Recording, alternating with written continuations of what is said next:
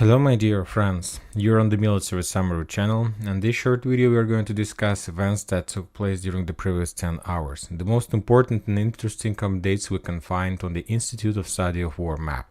This map has been updated and the most interesting updates are coming from Kherson area. As you can see, now according to this map, the Ukrainians controls not just the opposite bank of the Dnipro river in front of Kherson, but also according to this map, the Ukrainians managed to develop their bridgehead and to capture the territory along E58 road, this one. This road, furthermore, according to this map, they managed to cross Dnipro river and to establish a small bridgehead on the Russian side of this river.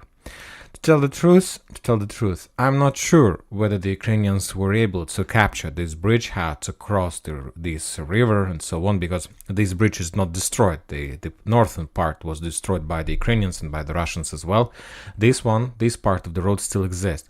But one more time, I'm not sure whether the Ukrainians were able or not to establish control over this bridgehead, but I'm know for sure, for 100%, that this is exact plan that Ukrainians are going and are planning to implement on this bridgehead. Let's go to the Western sources map. As we discussed yesterday, the quality of the ground in this area are too poor. It's highly unlikely the Ukrainians are able to use tanks and armored vehicles to cross these fields, because it will stuck in this area. But the current update of the Institute of Study of War map, when we see that the Ukrainians managed to capture the road E58, this is the road M14 on this map. If we take a look at this map, allows the Ukrainians to dig in along this road and to dig in deeply, very deeply, from the left side to the right side, to establish a network of trenches and fortifications. And exactly they're going to do this, and after that they will be able to transfer some vehicles on this bank of the river and to try to move to the south along the forest lines, along this M14-17 road, like from left or from the right side. And furthermore, if the piece of information that Ukrainians managed to cross this river in the vicinity of this bridge is correct, of course, from this moment they can also send some forces to this bank of the river and to start clashes inside of Oleshki. This is a very difficult and very complicated operation by the Ukrainian forces. I'm not sure that they are able to implement this operation, but anyway, this is very dangerous picture for the Russians. Let's go back to the Russian sources map. As you can see, this map shows that this road still under Russian control. But just take a look at the level of forest lines in this area, the village, this very big road. So believe me, the Ukrainians know how to dig in, they know how to create their positions, and believe me, I won't be surprised if in the next few months, as we discussed, the Ukrainians are able to dig in deeply right to the Russian positions that located on their side of Dnipro river. Anyway, this situation is very difficult. Nobody is going to cross these fields. Anyway, it's like not a very smart operation, but to go along the road is a very smart and a very reliable operation from the Ukrainian side. Now let's go further. The Russian sources reported that during the previous night, the Ukrainians made another surface drone attack in direction of Sevastopol. They used, at least the Russians are saying, that they managed to discover 2 drones in this area, surface drones.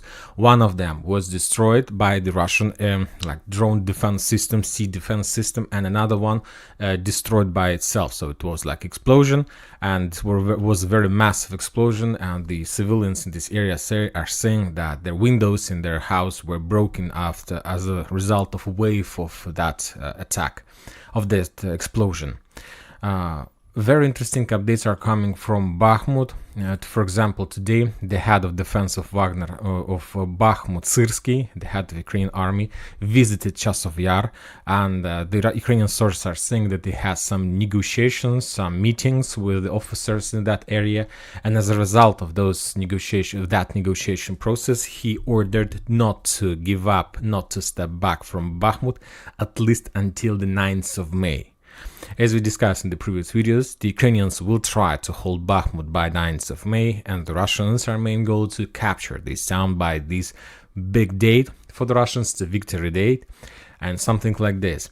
Furthermore, if we take a look at the Russian deployment map, this map has been updated according to the progress. We see that the Russians continue developing their progress from the south of the western part of Bakhmut, and from the eastern part of the western part of Bakhmut in direction of the western fortifications. They're getting closer. They captured the entire residential area in the central part of the western Bakhmut, eastern we can say, and there is like a lot of high buildings. The Russians now do have a very powerful bridgehead in this area, but the Ukrainians still controls the western fortifications, and this is a very tough nut to crack. Very interesting updates are coming from Ugledar. From this area, the Russians published a lot of video and photo confirmations when they were attacking this area using the guided bombs, and almost every single second house in this area is ruined. So the Russians took a decision to erase this town from the map. Of course, it will take time, it will take a lot of time, but the thing is that every single building in this area is turned into significant power fortification, and there are hundreds of people in each building. And when the Russians are able to destroy one building with guided bombs, imagine yourself how many soldiers can be buried under the ruins of this or that building. So the Russians took a decision of no more storming of Ugledar, no more suicide operation. They took a decision to erase this town from the map of Earth. Very interesting updates are coming from the north area, from the Kupiansk front line. As we discussed, the Russians increased the intensifying actions in this area. They are saying that as a result of clashes during the previous night, they managed to spot at least 4 commandos groups. They managed to break at least 5 rotation processes in this area, and as a result of these clashes, the Ukraine lost 30 soldiers and 1 Raider INTPQ-50. And that's it for this short update. Military Summary channel reminds you to condemn any violence in Ukraine. Thank you for your watching. Subscribe to my channel, put your likes, join my Patreon, and have a good day. Bye bye.